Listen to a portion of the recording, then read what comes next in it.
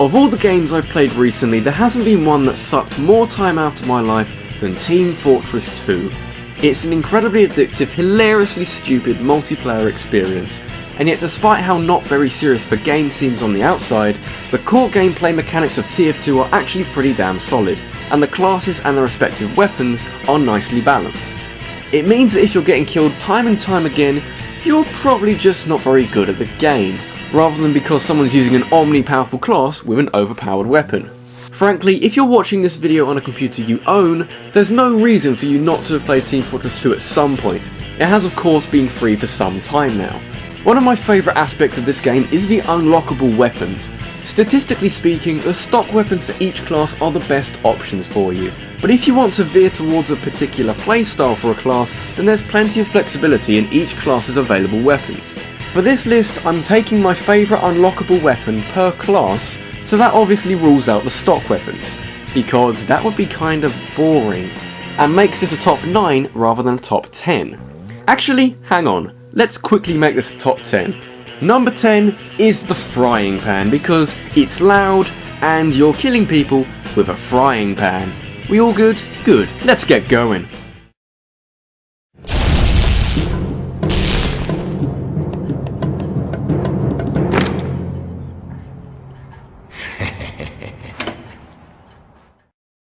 As a pyro, you are the king of very close ranged combat. You can do a lot of damage when you're up close and personal with multiple foes, and if you can ambush them, it's likely that you'll get a lot of work done before they even know what's what. But what about long range? What if you're fighting a class that you can't reflect projectiles back at? A class that can stay out of range of your flamethrower and whittle your health away? Well, the natural reaction is to pull out your secondary weapon, which by default is your shotgun. Quite a lot of classes use a shotgun in one way or another, and it's a pretty safe weapon. But what if you want to be a proper pyro at long range, doing pyro things like, I don't know, lighting people on fire? In that case, my fine gentlemen, I present you with the flare gun. I originally thought that the flare gun was just a weapon that you shot from range and did a fair amount of damage with, but more importantly, it lit people on fire, and for the most part, I was right. One of Pyro's best attributes is afterburn once you've set someone on fire, and it will end up killing a lot of opponents as they frantically look for health or a medic. The flare gun lets you apply this effect to opponents at long range and at very little risk to yourself, unlike running in and setting people on fire with a flamethrower. In addition, the flare gun has some brutal attributes when used in close range combat. If you set someone alight before you hit them with it, the flare gun will do critical damage on the poor guy, so you can put together some combos to maximise just how much damage you do. Combining it with the Degrease's faster weapon switch, and the Extinguisher's ability to also crit burning flares, and you embrace the true legacy of the pyro. Not just walking around honking on your horn and trying to run over people with your flamethrower, actually using your brain. There's a slight problem that the flare gun isn't the best option against other pyros, as pyros don't burn. But considering you're well set for 8 out of 9 classes, it's not much of a downside. Also, the flare gun has only one shot before you have to reload, in comparison to the shotgun's 6. So it's not something you can wade into combat with and wreck shit. It's better used as a combo weapon, otherwise people will just point and laugh at you.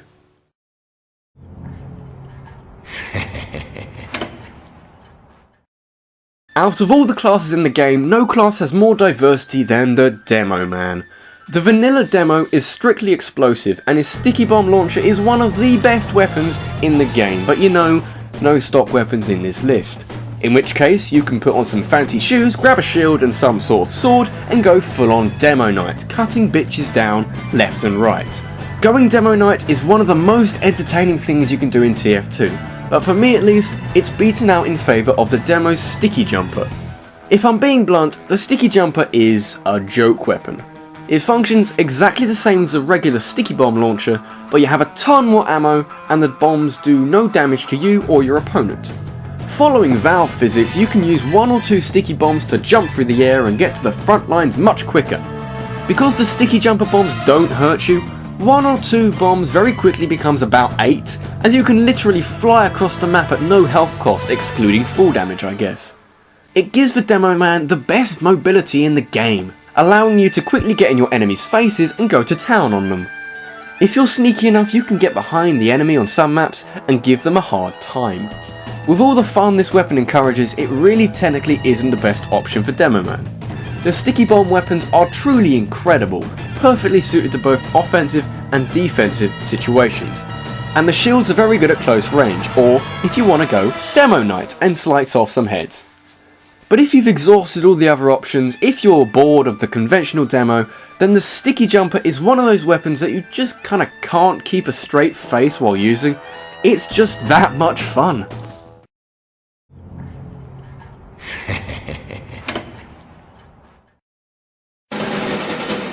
I'll be honest, I really don't like playing heavy. For a guy with such a compelling personality, playing as heavy boils down to slowly walking at people and shooting them with your minigun. And while there's a few little things to look out for, like protecting your medic if you have one and trying to cap objectives, the heavy is actually, in my opinion, kinda boring. Which actually begs the question of why the fuck does heavy need a shotgun? I know, you're probably going to run out of minigun ammo at some point, but the minigun in any form is one of the best damage outputs in the game, so you really should be using the minigun as often as possible. If you want a useful heavy secondary, you need to go back to that supply closet and grab yourself a sandwich, son. Someone with the heavy's unique physique clearly needs a sandwich to take along with him, and it works out to be one of the best unlocks in the game. By carrying a sandwich, you're carrying a full mobile health pack, while not giving up a lot to carry it. This means that you can stop and fully heal yourself in a matter of seconds. Or maybe if you're already at full health but a teammate needs health, you can drop it down on a handy little plate for them and instantly heal them. This makes it the perfect item to support a medic who's helping you out, because you can heal the healer. That's just how it works in Soviet Russia, why question it?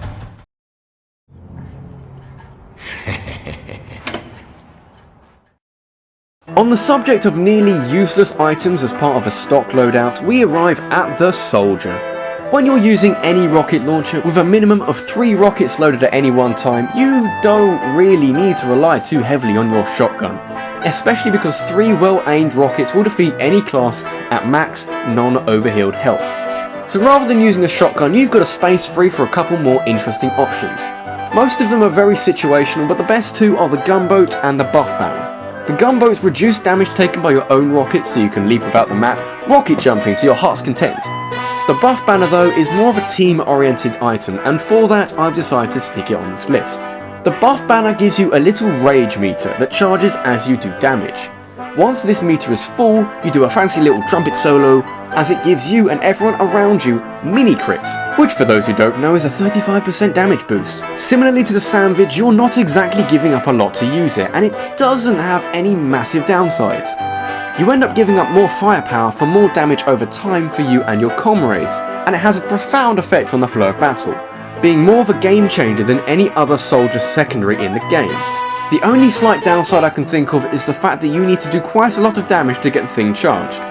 If things get a bit hectic and you end up living for a little over a minute, there's not a lot you can do to charge it, so it's effectively useless. Also, the effect is only active on your teammates as long as you are alive, so it's recommended that you don't get in there thinking that you're invincible just in case you are taken out. But let's be honest, it's a damn sight better than a shotgun.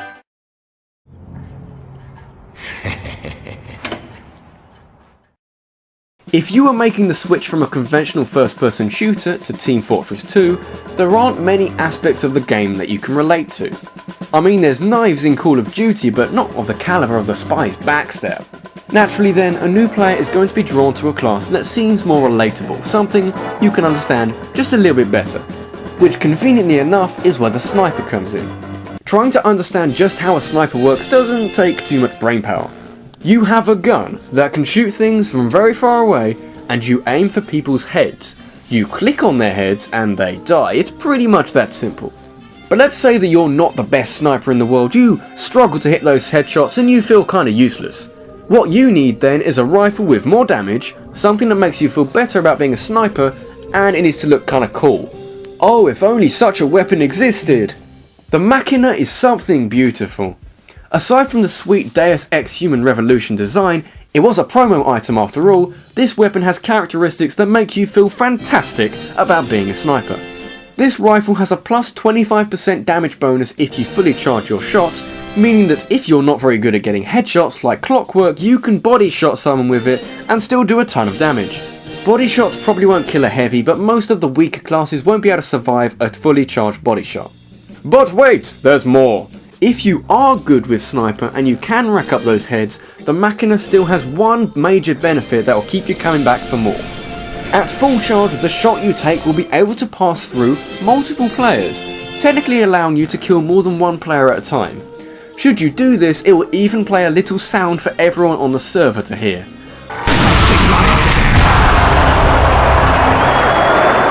A kind of, yeah, I just did that. Love me. The MACHINA is of course not perfect. The big downside to this thing is that you have to shoot it while scoped in, so if someone rushes you down, you're relying on either crazy reactions or a secondary weapon. Also, it leaves a team coloured trail in the air after firing, so everyone will know that there's a sniper doing some work on the other team, at which point they pick you out and probably backstab you.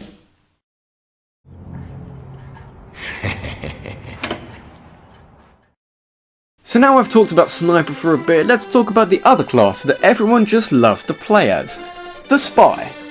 Playing as the spy is one of the most thrilling experiences within TF2. You are either the chaser or the chased, and either one gives you similar levels of exhilaration. The devious Frenchman is some of the most devilish fun you can have, and he has a bundle of weapons that makes his experience better in some places. My weapon of choice is the Your Eternal Reward, a knife that encourages you to play spy a bit more carefully. The deal with the Your Eternal Reward, which I shall now refer to as the YER because it's just way easier, is that you can't disguise while using this knife. You instead have to earn your disguises by backstabbing opponents, almost instantly disguising as the player you just killed. It's a different sort of playstyle to the spy norm, and you've actually got to be kind of sneaky, which is kind of the core gameplay element of the spy anyway. It embraces what spy is all about while offering up a completely different way of playing. Personally, I think the YER has one of the most fitting names of any weapon in TF2. While it may be hard to get used to not being able to disguise, the rewards of being undetectable just keep on coming. It's a silent killer. People won't be able to hear you backstab someone or even see it in the kill feed, so you just go around mopping up kills while staying sneaky. If you incorporate it as part of the Saharan Spy polycount set, with the L'étranger and the Snazzy Fez, you can use the Dead Ringer, a cloaking device that fakes your death, with massively reduced uncloaking sound. You become Super Spy, undetectable master of espionage. It does mean that you have to pick your battles very carefully. If you miss a backstab or try and shoot someone, you will lose your disguise, and considering what you have to do to get one, you have to think twice before doing so. It's a bit of a steep learning curve, but your rewards are very eternal. And it looks cool. It looks really cool.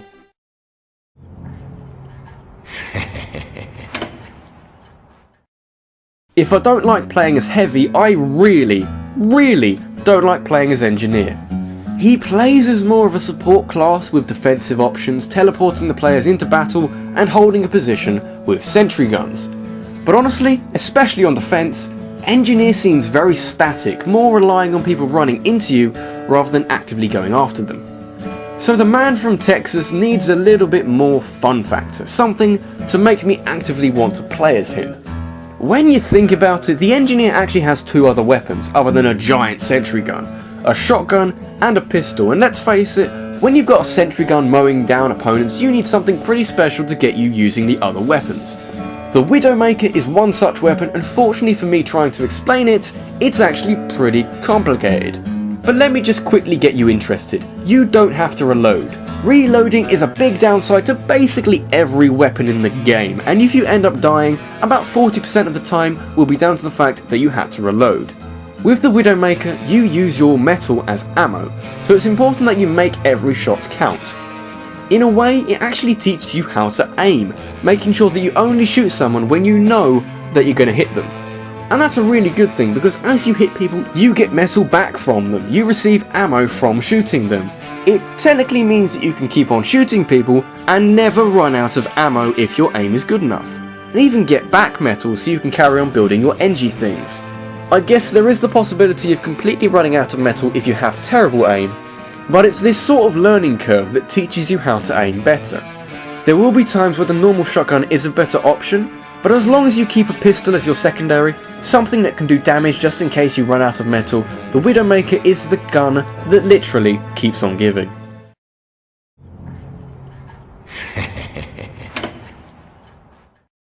Of all the classes in the game, the one that I go to just to dick about with is the Scout. Playing as the Scout is all about speed, mobility, and hitting your adversaries from where they're not expecting. It's a lot of fun when you want to be incredibly annoying. This is something that is made so much more fun and actually so much easier by the Babyface's blaster. If you were taking this weapon for a spin for the first time not knowing anything about it, you'd be a little bit disappointed straight off the bat. When you spawn with this thing, you run at nearly half the Scout's normal speed, making you the third slowest class in the game at this point. I mean, it's really something just how slow the Scout becomes, making trips into battle agonisingly slow. But all you need to do is inflict 99 damage points on someone with any weapon, and boom, you are twice as fast as a normal Scout. It's actually pretty incredible just how speedy you become. You are virtually unnoticeable and untouchable, letting you zip straight past opponents and into their backlines. It's kind of like what the sticky jumper does for the demo, but of course the Scout was pretty fast already. The gun obviously has downsides, but they don't really count for much. Evidently, you're as slow as treacle when you set off, but it's something that's easily overturned, mainly because 99 damage points isn't a lot of damage. It also has a 35% damage penalty, so you can't do the insane amount of damage that the regular scattergun can do when you're right up in someone's face. Perhaps more serious of a downside is the fact that you reset the speed boost meter if you jump, meaning that the speed boost you experience is only on the ground rather than hopping about. This is particularly bad because jumping is an imperative part of the Scout's mobility, and if you use this weapon, it's something that takes a while to get used to. You end up trading jumping maneuverability for ridiculous speed while still embracing the hit and run tactics that make Scouts so annoying, and so much fun.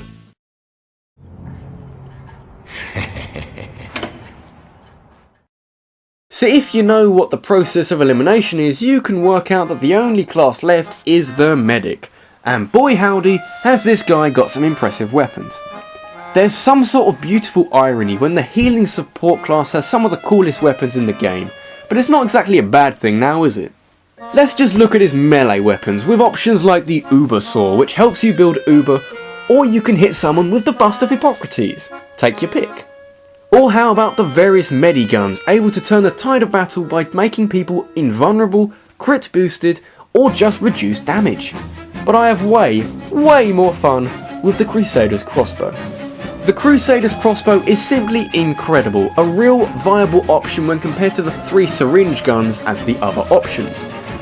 So let's just break this one down a bit. It's quite a special weapon and also fairly complex, so just give me a little bit of time to explain it.